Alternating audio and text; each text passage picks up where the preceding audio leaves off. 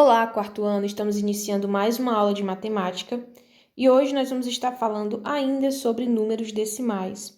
Tá? Semana passada a gente viu sobre os décimos e nessa semana estaremos vendo sobre centésimos. Bom dia! Falaremos hoje sobre os números decimais. As frações com 10, 100, 1000 no denominador podem ser representadas utilizando vírgula e são chamadas de frações decimais. Os números decimais são aqueles formados por uma parte inteira e outra fracionária, ou somente pela parte fracionária. Representação dos números decimais. O número 1 representa uma parte pintada de uma figura dividida em 10 partes iguais. 1 sobre 10 é igual a 0,1. O número 4 representa uma parte pintada de uma figura dividida em 10 partes iguais. 4 sobre 10 é igual a 0,4. O número 1 representa uma parte pintada de uma figura dividida em 100 partes iguais. 1 sobre 100 é igual a 0,01. Lembre-se, quando o denominador é 10, lê-se décimos. Quando o denominador é 100, lê-se centésimos. Quando o denominador é 1000, lê-se milésimos. Para transformar uma fração decimal em um número decimal, separa-se a parte inteira da parte decimal com uma vírgula. Exemplo, 3 décimos.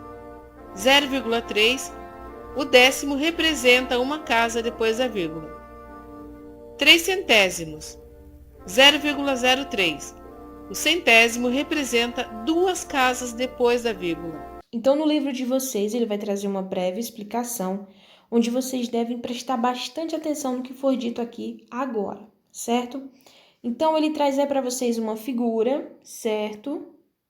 Essa figura nós vamos considerá-la como uma unidade.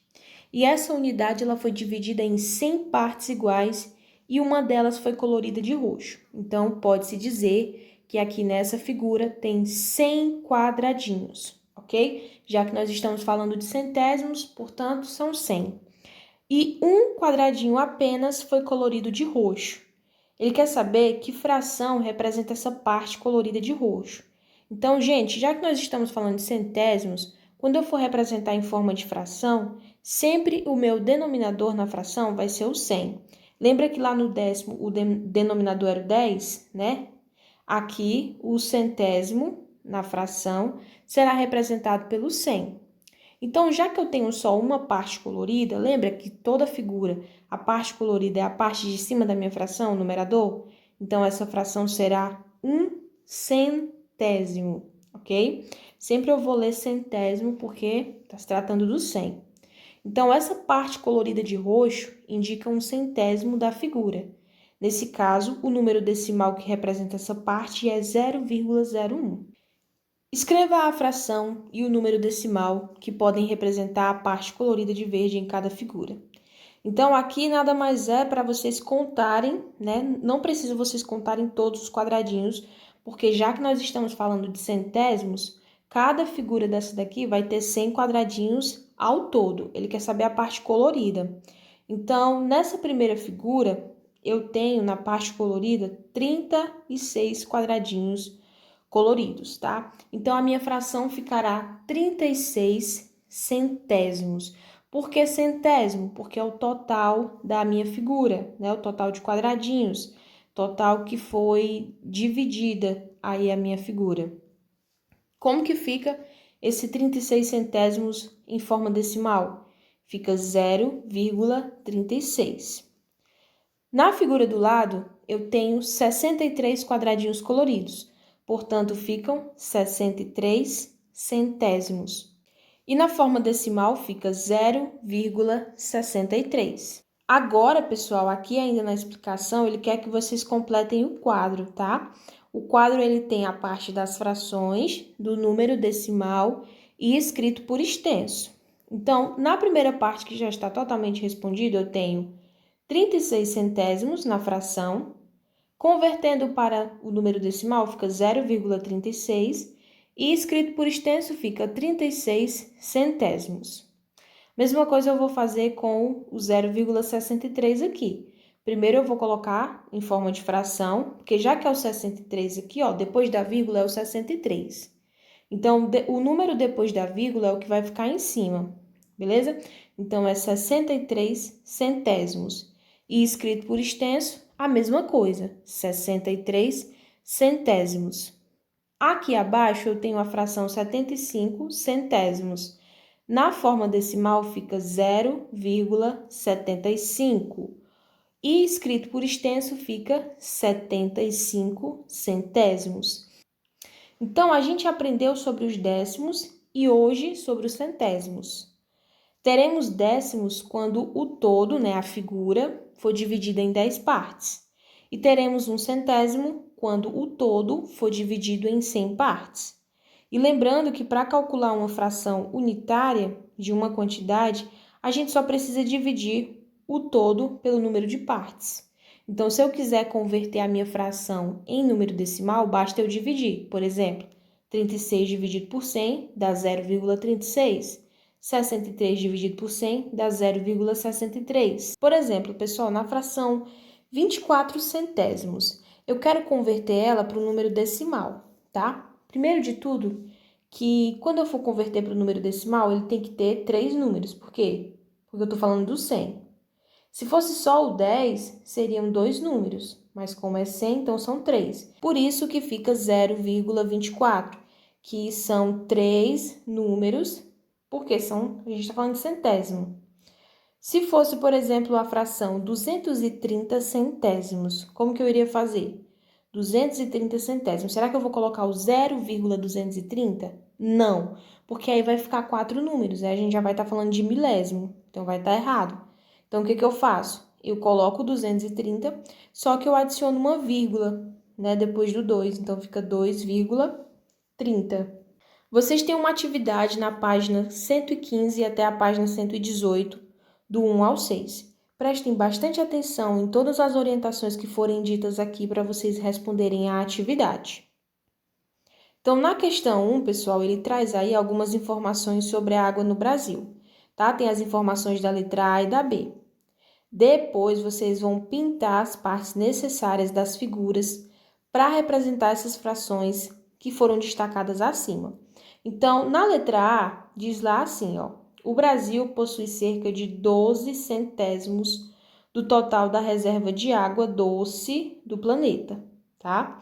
Na letra B, no Brasil, cerca de 81 centésimos da água doce disponível está concentrada na região amazônica. Pois bem, vocês vão focar aí, pessoal, somente nas frações, que é a 12 centésimos e a 81 centésimos. Então, aqui na figura A e B, vocês vão estar representando essas duas frações. Então, na letra A, vocês vão representar 12 centésimos e na letra B, 81 centésimos. Então, em cada figura dessa daí, vocês vão pintar a quantidade do numerador de cada fração. Então, aqui na letra A, vocês vão pintar 12 quadrinhos e na letra B, 81 quadrinhos. Vocês podem colorir da cor que vocês quiserem. Depois que vocês colorirem o total adequado aí que ele pede, vocês vão escrever em forma de número decimal. Então, na letra A fica 0,12, aí vocês vão escrever por extenso, que é 12 centésimos. E na letra B, o 0,81, que na forma de leitura, né, eu lendo, eu falando, fica 81 centésimos. Na 2, considerando a placa como um inteiro, escreva uma fração e um número decimal para representar a parte colorida de cada cor. Então, vocês têm aí uma placa, o total dessa placa aí são 100 quadradinhos, né? 100 cubinhos. Só que ele está dividido em 3 cores, amarelo, vermelho e azul.